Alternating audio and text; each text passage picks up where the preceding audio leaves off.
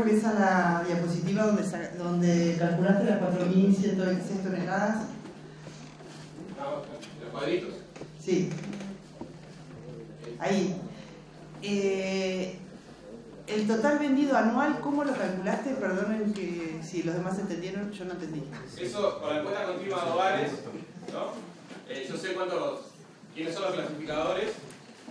Sé que ese número que estima los clasificadores para Montevideo se parece bastante a la realidad, tomando el número que hizo la facultad, el Instituto de Estadística de la Facultad de Economía, que da más o menos eso. Y ahí lo que tengo es cuánto vendió ese clasificador en el mes, digamos. Lo que hago es esa cuota es anual, ¿no? Representan los clasificadores de todo el año.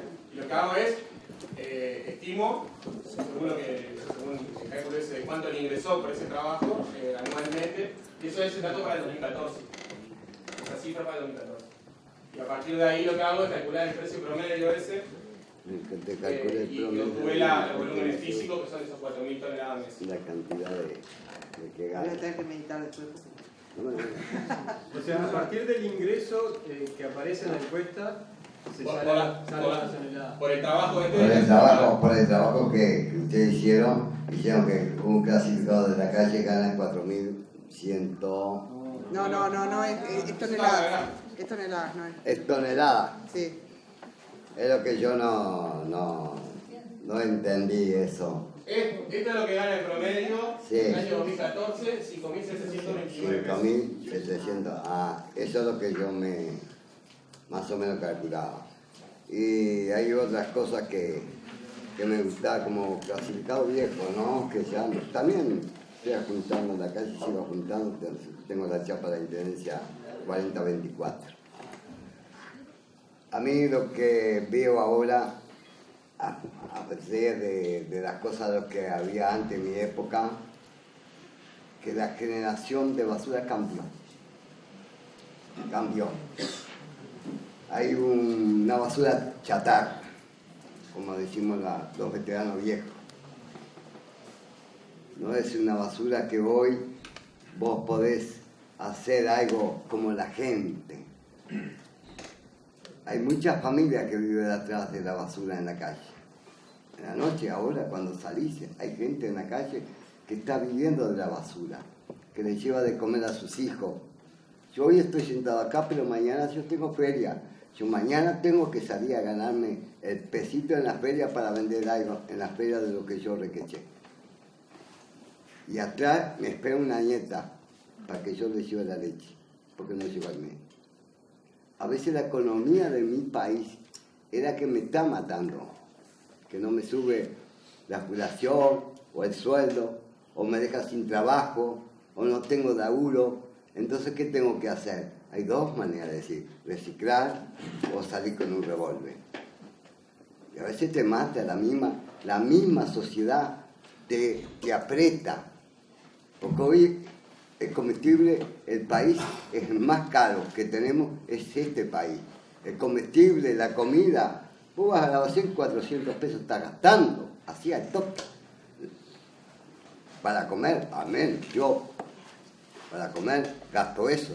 Yo en la calle tengo que conseguir los 400 pesos todos los días para comer. Señores, el clasificado tiene que salir a trillar kilómetros y kilómetros para ganarse todos los días el sustento de la comida. Y a veces se vienen con poquito. Miren que hoy la basura es chatarra, nos da mucho de comer, es para algunos, no para todos.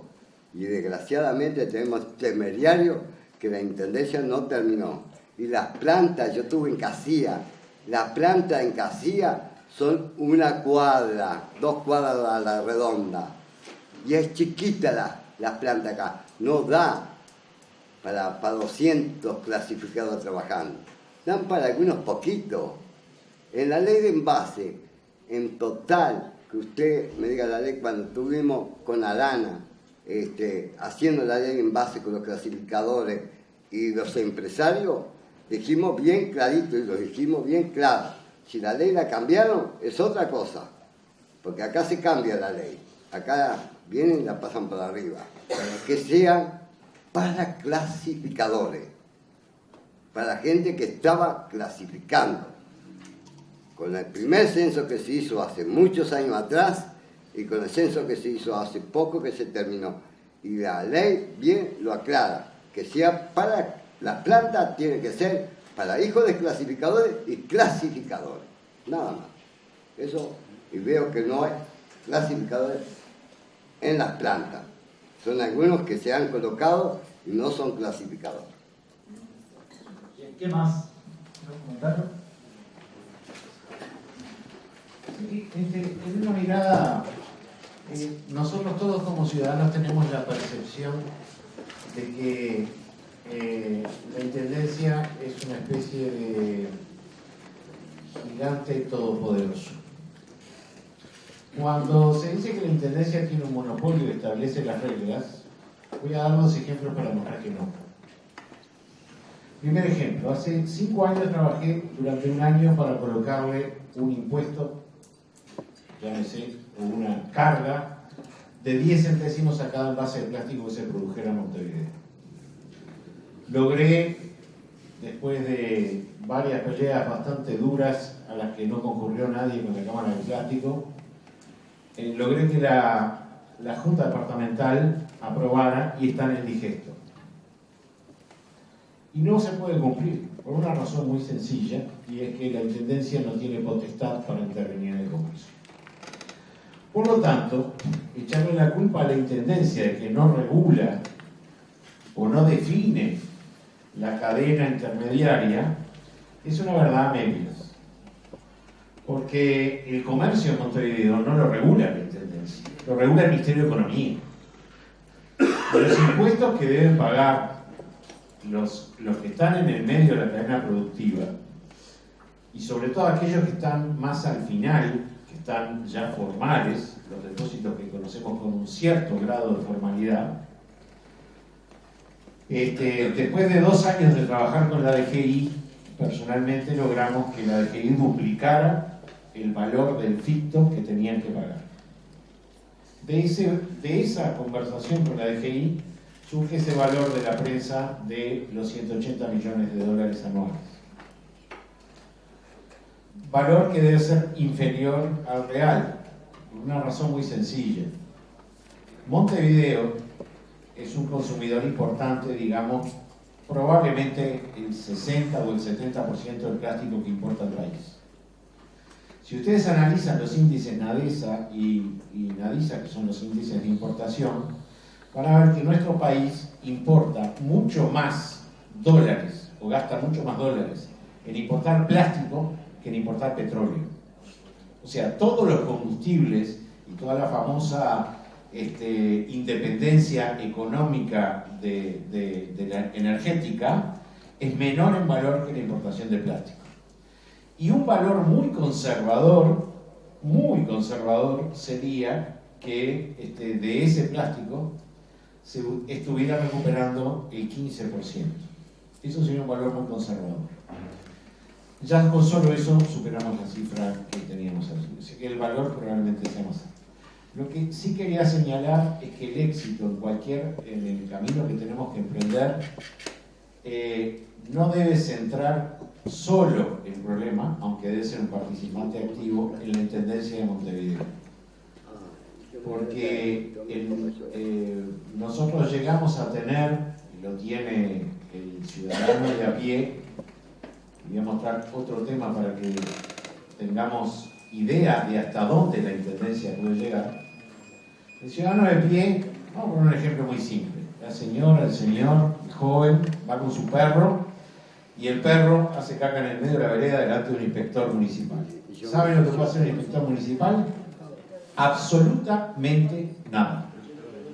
Porque no puede solicitarle a la persona identificación. La Intendencia no multa personas. La Intendencia solo multa propiedades. Sea su auto, el libre de multa, para poderlo vender, sea el padrón de su casa. O sea que con la industria, los intermediarios de la clasificación, no tiene herramienta ninguna. Y hay que dotarla a la Intendencia o al que sea. El segundo problema que me parece que todos estamos obviando acá y que no es menor y que tiene que ver con la cadena productiva y que creo que hay que empezar a decirlo por las consecuencias que tiene, es que esto no es solamente una cadena productiva en la cual hay un explotado, un explotador, alguien que se queda con la parte del león, alguien que pierde la mayoría, o sea que no se valoriza el trabajo que hace, pero hay una cadena de lavado de dinero. Es absolutamente claro.